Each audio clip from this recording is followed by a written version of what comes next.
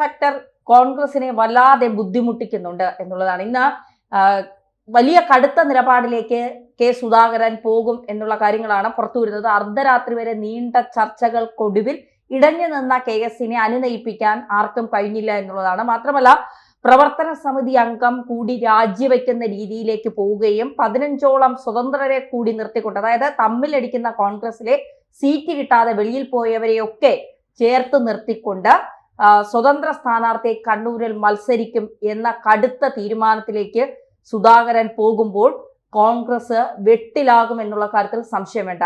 ഏത് തരത്തിലായിരിക്കാം KS കോൺഗ്രസിനെ തകർത്ത് തരിപ്പണമാക്കാൻ പോകുന്നത്? കെ സുധാകരൻ കോൺഗ്രസിനെ സംബന്ധിച്ചിടത്തോളം ഒരു പ്രധാന പദവികളൊക്കെ വഹിച്ചിരുന്ന ഒരു നേതാവ് കൂടിയാണ്. മാത്രമല്ല കണ്ണൂരിലെ കോൺഗ്രസ് രാഷ്ട്രീയത്തെ ഇതുപോലെ ഉയർത്തിക്കൊണ്ടുവരാനായിട്ട് കഠിന പ്രയത്നം ചെയ്യുന്ന വ്യക്തിയാണ്. ഇപ്പം നമുക്കറിയില്ല, CPM-നുള്ളിൽ കണ്ണൂർ ജില്ലയിൽ ഒരുപാട് പ്രശ്നങ്ങൾ ഉണ്ടായിക്കൊണ്ടിരിക്കണം. അവിടെ PK ശ്യാമള സ്ഥാനാർത്ഥിയാകുന്നതുമായി ബന്ധപ്പെട്ട് ഒരു ഗോവിന്ദൻ ജില്ലാ സെക്രട്ടേറിയറ്റ് അംഗം അയാളെ പുറത്താക്കുന്നു. അതുമായി ബന്ധപ്പെട്ട് സ്ഥാനാർത്ഥി നിർണ്ണയമായിട്ടൊക്കെ ഒരുപാട് പ്രശ്നം. ഈ പ്രശ്നത്തെയൊക്കെ തന്നെ ഒന്ന് അതിജീവിക്കാൻ ആ പാർട്ടിക്ക് കഴിയുന്ന കോൺഗ്രസിനുള്ളിലുള്ള ഇത്തരം പ്രശ്നങ്ങളാണ്. ഇവിടെ കെ സുധാകരൻ പറഞ്ഞ എന്താ, ലോക്സഭാ തെരഞ്ഞെടുപ്പിൽ മത്സരിക്കാൻ താല്പര്യമില്ലാതിരുന്ന തന്നെ നിർബന്ധപൂർവ്വം മത്സരിപ്പിച്ചു, കണ്ണൂർ സീറ്റ് പിടിച്ചെടുക്കുന്ന ലക്ഷ്യത്തോടുകൂടി. ആ സമയത്ത് AICC നൽകിയ ഉറപ്പ്, വരുന്ന നിയമസഭാ തെരഞ്ഞെടുപ്പിൽ സീറ്റ് താങ്കൾക്ക് നൽകാം. ആ സമയത്ത് നമുക്ക് ഇപ്പോൾ ഈ ലോക്സഭയിൽ ഇത്തവണ MP ആയി കഴിഞ്ഞാൽ രാഹുൽ ഗാന്ധിയുടെ നേതൃത്വത്തിൽ പുതിയ സർക്കാർ വരും. അപ്പോൾ കോൺഗ്രസിന് ഭരിക്കാൻ പറ്റും. സ്വാഭാവികമായിട്ടും കോൺഗ്രസ് സർക്കാർ അവിടെ വരുമ്പോൾ ഇവിടെ ഒരാൾ MP സ്ഥാനം രാജിവെച്ചാലും പ്രശ്നമൊന്നുമില്ല. പക്ഷേ കാര്യങ്ങൾ അങ്ങനെയൊന്നും നടന്നില്ല. ഇവിടെ കെ സുധാകരന് ഇപ്പോൾ ഡൽഹിയിൽ പോയിട്ട് ഇംഗ്ലീഷോ ഹിന്ദിയോ ഒന്നും അനായാസമായിട്ട് കൈകാര്യം ചെയ്യാനൊക്കെയുള്ള ഒരു ബുദ്ധിമുട്ട്, താല്പര്യക്കുറവൊക്കെ ഉണ്ടാവും. അതുകൊണ്ട് കെ സുധാകരൻ പറഞ്ഞു, ഞാൻ നാട്ടിലേക്ക് വരികയാണ്, ഞാൻ ഇവിടെ വരികയാണ്. ഇപ്പം പാർലമെന്റ് സമ്മേളനം നടക്കുന്നതിനിടയിൽ തന്നെയാണ് അർദ്ധരാത്രിയിൽ അവിടെ നിന്ന് കെ സുധാകരൻ കണ്ണൂരിലേക്ക് വരുന്നത്. ആ സമയത്ത് അണികളുടെയൊക്കെ ഒരു വികാര പ്രകടനം നമ്മൾ കണ്ടതാണ്. അവരെല്ലാം കൂടെ ചേർത്ത് നിർത്തുകയാണ്, KS ഇവിടെ മത്സരിക്കണം, ഇവിടെ നോമിനേഷൻ നൽകിയാൽ ഞങ്ങളെല്ലാവരും ഒറ്റക്കെട്ടായി അദ്ദേഹത്തിന് പുറകിൽ ഉറച്ചു നിൽക്കുമെന്ന് പറയുന്നു. ഇത് കോൺഗ്രസ് നേതൃത്വത്തെ വല്ലാതെ ആലോചനപ്പെടുത്തി. കൃത്യമായിട്ട് പറഞ്ഞാൽ നിലവിലെ പ്രതിപക്ഷ നേതാവ് VD സതീശൻ ഉൾപ്പെടെയുള്ളവരെ, കാരണം VD സതീശൻ്റെ ലക്ഷ്യം എന്താണ്, ഒരു മുഖ്യമന്ത്രി പദവി തന്നെയാണ്. അതിനു വേണ്ടിയിട്ടാണ് ഞാൻ കോൺഗ്രസിനെ നയിച്ചുകൊണ്ട് വരുന്നത് എന്ന രീതിയിലുള്ള ചില പ്രചരണങ്ങൾ അദ്ദേഹത്തിൻ്റെ അണികളുടെ ഭാഗത്തുനിന്നും ഉണ്ടാകുന്നു. രമേശ് ചെന്നിത്തലയ്ക്കും ഇതേ താല്പര്യമുണ്ട്. ഇവിടെ കെ സുധാകരനെ പ്രകീർത്തിച്ചുകൊണ്ട് കണ്ണൂരിലെ രാഷ്ട്രീയ സംഭവവികാസങ്ങൾ വെച്ചുകൊണ്ട് കോൺഗ്രസ് തന്നെ ഒരു വീഡിയോ തയ്യാറാക്കുന്നു. എന്നിട്ട് ഈ വീഡിയോ തയ്യാറാക്കുമ്പോൾ പിണറായി വിജയന്റെ അക്രമ രാഷ്ട്രീയത്തെ നെഞ്ചും വിരിച്ച് നിന്ന് തടുത്തത് കെ സുധാകരനാണെന്ന് പറയുന്നു. ഈ വീഡിയോ കണ്ടു കഴിഞ്ഞാൽ കണ്ണൂരിലെ കൊലപാതക രാഷ്ട്രീയത്തിൻ്റെ നേർചിത്രം അറിയാൻ പറ്റും. പക്ഷേ ഇങ്ങനെ ഒരു വീഡിയോ ഒരു കാരണവശാലും പ്രചരിപ്പിക്കാൻ പാടില്ല എന്നൊരു നിലപാടെടുത്തത് VD സതീശനാണ്. എന്തുകൊണ്ട്?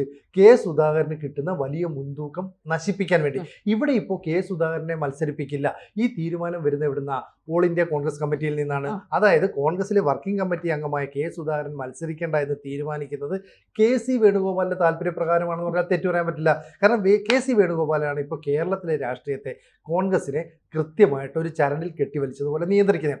അതിനതീതരായി നിൽക്കുന്നത് രമേശ് ചെന്നിത്തലയും ഈ VD സതീശനും മാത്രമേ ഉള്ളൂ. അപ്പോൾ കോൺഗ്രസിന് ചരിത്രപരമായിട്ടൊരു വിജയം നേടാൻ സാധിച്ചാൽ സ്വാഭാവികമായും മുഖ്യമന്ത്രി പദത്തിന് ഒരു ക്ലെയിം ഈ പറയുന്ന VD സതീശനുണ്ട്. അവിടെ കെ സുധാകരനോ രമേശ് ചെന്നിത്തലയോ KC വേണുഗോപാലോ വന്നാൽ മുതിർന്ന നേതാക്കൾ എന്ന നിലയിൽ ഒരു തർക്കമൊക്കെ ഉണ്ടാകാം. പിന്നെ കേന്ദ്ര കമ്മിറ്റി അംഗങ്ങളുടെ ഈ കേന്ദ്രത്തിൽ നിന്നുള്ള ഇടപെടലുണ്ടാകണം. ഇവിടെ ഇപ്പോൾ എന്താ പ്രശ്നം? കെ സുധാകരൻ മത്സരിക്കണമെന്ന് ആവശ്യപ്പെട്ടുകൊണ്ട് സീറ്റ് നിഷേധിക്കപ്പെട്ട ചില കോൺഗ്രസ് നേതാക്കളുണ്ട്. ഇപ്പം എൽദോസ് കുന്നപ്പള്ളിയെ പോലെയുള്ള ചില നേതാക്കൾ കൂടെ നിൽക്കുന്നുണ്ട്. ഇതിനിടയിൽ ഷാഫി പറമ്പിലും AP അനിൽകുമാറും ഒക്കെ കെ സുധാകരനുമായി ബന്ധപ്പെട്ടതായിട്ടുള്ള വാർത്തകൾ സ്ഥിരീകരിക്കുന്നില്ല, എങ്കിലും പുറത്തു വരുന്നുണ്ട്. അപ്പം ഈ ഷാഫി പറമ്പിൽ പോലെയുള്ള യുവ നേതാക്കളെ ഒരു കാലത്ത് ഇങ്ങനെ ചേർത്ത് പിടിച്ചത് കെ സുധാകരനായിരുന്നു. അതുപോലെ തന്നെ AP അനിൽകുമാറിനൊക്കെ എത്രയോ കാലമായിട്ടുള്ള ബന്ധമാണ്. അങ്ങനെ പ്രത്യക്ഷത്തിൽ വരാത്ത എത്രയോ നേതാക്കൾ കെ സുധാകരൻ്റെ പിന്നിലുണ്ട്. നിങ്ങൾ മത്സരിക്കണം, ഞങ്ങൾ കൂടെയുണ്ട് എന്നൊക്കെ പറഞ്ഞാൽ കോൺഗ്രസിന് ഈ തദ്ദേശ തെരഞ്ഞെടുപ്പിൽ കിട്ടിയ ഒരു മുൻതൂക്കം അത് ഏതാണ്ട് പൂർണ്ണമായിട്ട് നഷ്ടപ്പെടും. ഇനി മുസ്ലിം ലീഗിൻ്റെ കാര്യം എടുത്താലോ, മുസ്ലിം ലീഗിൻ്റെ സ്ഥാനാർത്ഥി നിർണ്ണയം വന്നപ്പോഴും പ്രമുഖരായ നേതാക്കളെയൊക്കെ ഒഴിവാക്കി നിലവിലെ 6 MLA-മാർക്ക് ഒറ്റയടിക്ക് സീറ്റ് നിഷേധിച്ചു. പകരം കുറച്ച് യുവാക്കൾക്ക് സീറ്റ് കൊടുത്തു. അപ്പം മുസ്ലിം ലീഗിലും പൊട്ടിത്തെറി എന്ന് പറഞ്ഞാൽ UDF അനൈക്യത്തിൻ്റെ ഒരു കൂട്ടമായിട്ട് മാറുന്നു. ആ അനൈക്യത്തിൻ്റെ കൂട്ടത്തെ കെ സുധാകരൻ എന്ന് പറയുന്ന വലിയ അജാനുബാഹുവായ ഒരു മനുഷ്യൻ നിന്ന് നയിക്കുന്നു. ശരിക്കും VD സതീശനും രമേശ് ചെന്നിത്തലയും മറ്റ് കേരളത്തിലെ കോൺഗ്രസ് നേതാക്കളും ഒക്കെ തന്നെ വെള്ളം കുടിക്കുമെന്ന കാര്യത്തിൽ യാതൊരു സംശയവും വേണ്ട. തീർച്ചയായിട്ടും അങ്ങനെ തന്നെ പറയേണ്ടി വരും. കാരണം കെ സുധാകരൻ എന്ന് പറയുന്ന കണ്ണൂരിലെ കോൺഗ്രസിനെ വളർത്തി വലുതാക്കിയ ഒരു പടനായകൻ. ഇന്നലെ തന്നെ കോൺഗ്രസിലെ അണികൾ പറയുന്നത് എന്താണ്? പിണറായി വിജയനെ പിണറായി വിജയനെ മാറ്റി നിർത്തിക്കൊണ്ട് ഭരിക്കാൻ ഞങ്ങളുടെ പടനായകൻ എത്തണം എന്നുള്ള പോസ്റ്ററുകളാണ് കണ്ണൂരിന് മുഴുവൻ പ്രത്യക്ഷപ്പെട്ടത്. അപ്പോൾ അർദ്ധരാത്രിയോടെ ഈ AP അനിൽകുമാറും ഷാഫി പറമ്പിലും ഒക്കെ മറ്റാരുടെ ദൂതന്മാരായിട്ടാണ് പോകുന്നത്. ഇന്നലെ തന്നെ കെ സുധാകരൻ പറഞ്ഞത് എന്താണ്? ഇനി ഹൈക്കമാൻഡിന്റെ മുതിർന്ന നേതാക്കൾ വന്നാൽ മാത്രമേ ഞാൻ സംസാരിക്കൂ. അനുനയം ഒന്നും എന്റെ ചെലവാകില്ല. കാരണം അനുനയ നീക്കങ്ങളൊന്നും കെ സുധാകരനെ പോലുള്ള ഒരാൾക്ക് കൃത്യമായി കോൺഗ്രസ് രാഷ്ട്രീയം അരച്ച് കലക്കി കുടിച്ച ആൾക്കാരാണ്. ഇന്ന് പറയുന്നതല്ല അവർ നാളെ പ്രവർത്തിക്കുന്നത്. ഇപ്പോ പലർക്കും, അതായത് സീറ്റ് നൽകാമെന്ന് പറഞ്ഞ് വിളിച്ച പലർക്കും സീറ്റില്ല.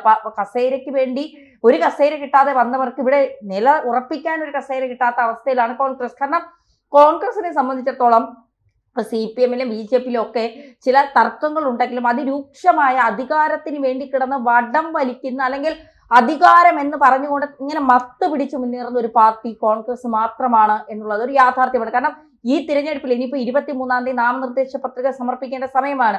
23 എന്ന് പറയുന്നത് ഇനി ഒരു 3 ദിവസത്തെ കാര്യം കൂടെ ഉള്ളൂ. ആ 3 ദിവസത്തിനകത്ത് പോലും കോൺഗ്രസിന്റെ സ്ഥാനാർത്ഥി പട്ടിക പുറത്തു വന്നിട്ടില്ല. അപ്പോൾ കോൺഗ്രസ് ഇങ്ങനെ വല്ലാത്തൊരു പ്രശ്നത്തിൽ ഇങ്ങനെ അകപ്പെട്ട് കിടക്കുകയാണ്.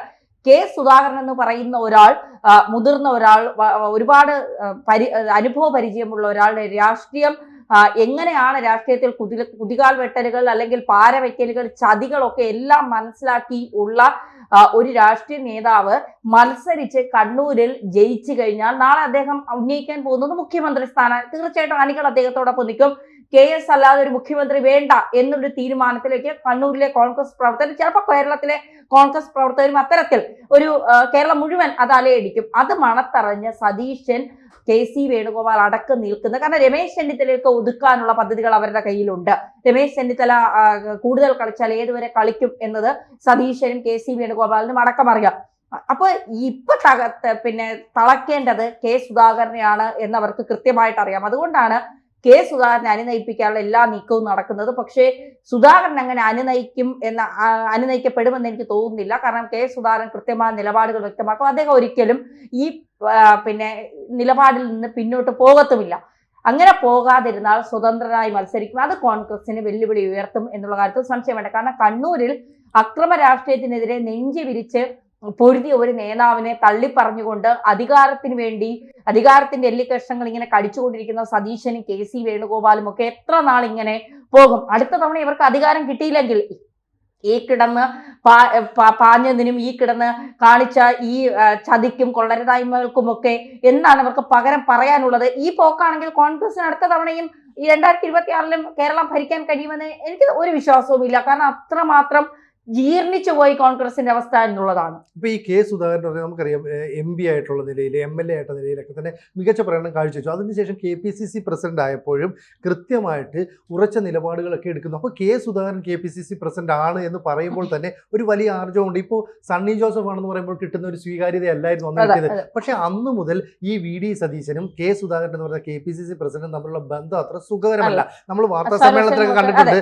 ഒരു പ്രസ് മീറ്റ് നടത്തുമ്പോൾ ആദ്യം ഞാൻ സംസാരിക്കണമെന്നൊക്കെ പറയുന്നു. പിന്നീട് കെ സുധാകരൻ ഓർമ്മക്കുറവാണ് എന്നൊക്കെ പറഞ്ഞിട്ടുള്ള ഒരു നരേറ്റീവ് സൃഷ്ടിച്ചുകൊണ്ട് അദ്ദേഹത്തെ ഇകഴ്ത്തി കാണിക്കാൻ ശ്രമിച്ചു.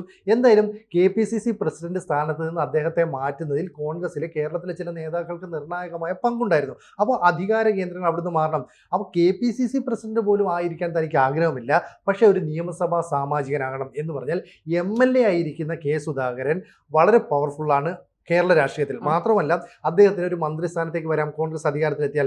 ഇപ്പോൾ ഈഴവ പ്രാതിനിധ്യം വെച്ച് നോക്കുകയാണെങ്കിൽ കെ സുധാകരന് മുഖ്യമന്ത്രി പദവിയിലേക്ക് എത്താനുള്ള സാധ്യത വളരെ കൂടുതലാണ്. അതുകൊണ്ടാണ് VD സതീശൻ ഉൾപ്പെടെയുള്ള നേതാക്കൾ ഇതിനെ അംഗീകരിക്കാത്തത്. ഇപ്പോൾ കെ സുധാകരൻ പറയുന്ന ഒരു കാര്യം, ഞാൻ പുറത്തേക്ക് വേണമെങ്കിൽ പോകും, ഈ പുറത്തേക്ക് പോയിട്ട് ഒരു വാർത്താ സമ്മേളനം നടത്തിയിട്ട് എൻ്റെ നിലപാട് പ്രഖ്യാപിക്കും. ഡൽഹിയിൽ വെച്ചൊരു അത്ര നിലപാട് പ്രഖ്യാപിച്ചാൽ കേരളത്തിലെ കോൺഗ്രസിൽ വലിയ പൊട്ടിത്തെറി ഉണ്ടാകും. ആ പൊട്ടിത്തെറി എന്ന് പറഞ്ഞിട്ട് ഇനി ഈ നോമിനേഷൻ നൽകാൻ 3-4 ദിവസമേ ഉള്ളൂ. വരുന്ന ദിവസം ഇനിയും ഈ പെരുന്നാളാണ്, ഒരു ദിവസം, പിന്നെ ഒരു ദിവസം ഞായറാഴ്ചയാണ്. അപ്പോൾ ഈ 2-3 ദിവസങ്ങൾക്കുള്ളിൽ പ്രഖ്യാപനം നടന്ന് അതിന്റെ രേഖകൾ ഹാജരാക്കി ഇവിടെ നോമിനേഷൻ കൊടുക്കേണ്ട സമയം കഴിഞ്ഞു. ആ ഷോർട്ട് പീരീഡിനുള്ളിൽ ഒരു തീരുമാനം എടുക്കണം. ഇപ്പോഴും കോൺഗ്രസ് ആകെ പ്രഖ്യാപിച്ചത് 55 സീറ്റിലെ സ്ഥാനാർത്ഥികളെ മാത്രമാണ്. അതുകൊണ്ട് തമ്മിലടി വളരെ രൂക്ഷമാകുമെന്നറിയാം. അപ്പോൾ VD സതീശൻ വിചാരിക്കുന്നത് എന്തായിരിക്കും, ഇവർ തമ്മിലടിച്ച് അങ്ങ് പോകട്ടെ എന്നാണ്. പക്ഷെ ചിന്തിക്കണം, ഈ പറയുന്ന ഷാഫി പറമ്പിലും അനിൽകുമാറും ഒക്കെ VD സതീശ് സുധാകരനുമായിട്ട് ചർച്ച നടത്തിയിട്ടുണ്ടെങ്കിൽ ഇവർക്ക് പിന്നിൽ ഒരുപാട് നേതാക്കളുണ്ട്. ഇവർ പ്രത്യക്ഷത്തിൽ വരുന്നു, മറ്റവർ പരോക്ഷമായിട്ട് ഇതിന് സഹായിക്കുന്നു. ഈ ധൈര്യമായിട്ട് കെ സുധാകരൻ മുന്നോട്ട് വയ്ക്കോ വി ഡി സതീശന്റെ നിലപാട് വേണ്ട എന്ന് പറയുന്നു. കാരണം വി ഡി സതീശൻ പറയുന്ന പല കാര്യങ്ങളും പിന്നീട് പാളിപ്പോവുകയാണ്. ശരിക്കും പറഞ്ഞാൽ കേരളത്തിൽ ഇത്രയധികം കള്ളം പറയുന്ന ഒരു കോൺഗ്രസ് നേതാവ് ഉണ്ടോ എന്ന് പോലും ആളുകൾ സംശയിക്കുന്നത്. തെറ്റു പറയാൻ പറ്റില്ല. ഇവിടെ പിണറായി വിജയൻ എന്ന് പറയുന്ന CPMന്റെ സംസ്ഥാന സെക്രട്ടറിയെ, കണ്ണൂരിന്റെ ഏറ്റവും മികച്ച നേതാവിനെ നെഞ്ചു വിരിച്ചു നിന്ന് എതിർത്ത ആളാണ് കെ സുധാകരൻ. കെ സുധാകരൻ തന്നെ തൻ്റെ ചില അഭിമുഖങ്ങൾ പറഞ്ഞിട്ടുള്ളത്, എന്നെ അവിടെ സംരക്ഷിക്കാനായിട്ട് എൻ്റെ ഇടത്തും വലതുമായിട്ട് 28 ചെറുപ്പക്കാരുണ്ടായിരുന്നു. അവരെ പല ഘട്ടങ്ങളിലായിട്ട് CPMകാർ അവരുടെ കൊലക്കത്തിക്കിരയാക്കി. അവരുടെയൊക്കെ ഡെഡ് ബോഡി എനിക്ക് മാഹി പാലത്തിൻ്റെ അടുത്ത് വെച്ച് ഏറ്റുവാങ്ങേണ്ടി വന്നു. അപ്പോൾ കോൺഗ്രസിനെ വളർത്തിക്കൊണ്ട് വരാൻ ഒരുപാട് പേരുടെ ചോര അല്ലെങ്കിൽ ഒരുപാട് പേരുടെ ജീവൻ നഷ്ടപ്പെടുത്തി എന്നൊക്കെ കെ സുധാകരൻ പറയുന്നു. അങ്ങനെ ഒരു പാരമ്പര്യം അല്ലെങ്കിൽ അവർക്ക് വേണ്ടി നിൽക്കുന്ന ഒരു ചരിത്രം ഈ വി ഡി സതീശനോ രമേശ് ചെന്നിത്തലയ്ക്കോ കെ സി വേണുഗോപാലും കണ്ണൂരുകാരനല്ലേ? ഉണ്ടോ? ഇല്ല. പക്ഷെ ചരടുവലി മുഴുവൻ കേന്ദ്രത്തിൽ നിന്ന് നടത്താൻ കഴിയുന്നുണ്ട്. കെ സി വേണുഗോപാൽ കൃത്യമായിട്ട് ഓപ്പറേറ്റ് ചെയ്യും. കെ സി വേണുഗോപാൽ എന്തായിരിക്കും പറയുക? വി ഡി സതീശ നിങ്ങൾ ധൈര്യമായിട്ട് മുന്നോട്ട് വയ്ക്കോ എന്ന് പറയാം. അപ്പോൾ കെ സുധാകരനെ വി ഡി സതീശനെ വെട്ടിനിർത്താം, രമേശ് ചെന്നിത്തല വി ഡി സതീശനെ ഒതുക്കാം. അവസാനം ക്ലെയിം വരുമ്പോൾ എങ്കിൽ രാഹുൽ ഗാന്ധിയുടെ നിർദ്ദേശപ്രകാരം എന്ന് പറയുന്നത് കെ സിക്ക് ഇവിടെ മുഖ്യമന്ത്രിയായി വരാം. കെ സി എന്താ പറയുന്നത്? AICCയുടെ തീരുമാനം അനുസരിച്ച് അവർക്ക് ലഭിച്ച റിപ്പോർട്ട് അനുസരിച്ച് കെ സി വേണുഗോപാൽ കേരളത്തിൽ മത്സരിക്കണം. അങ്ങനെ മത്സരിക്കണമെന്ന് കനകോലു റിപ്പോർട്ട് കൊടുത്തു.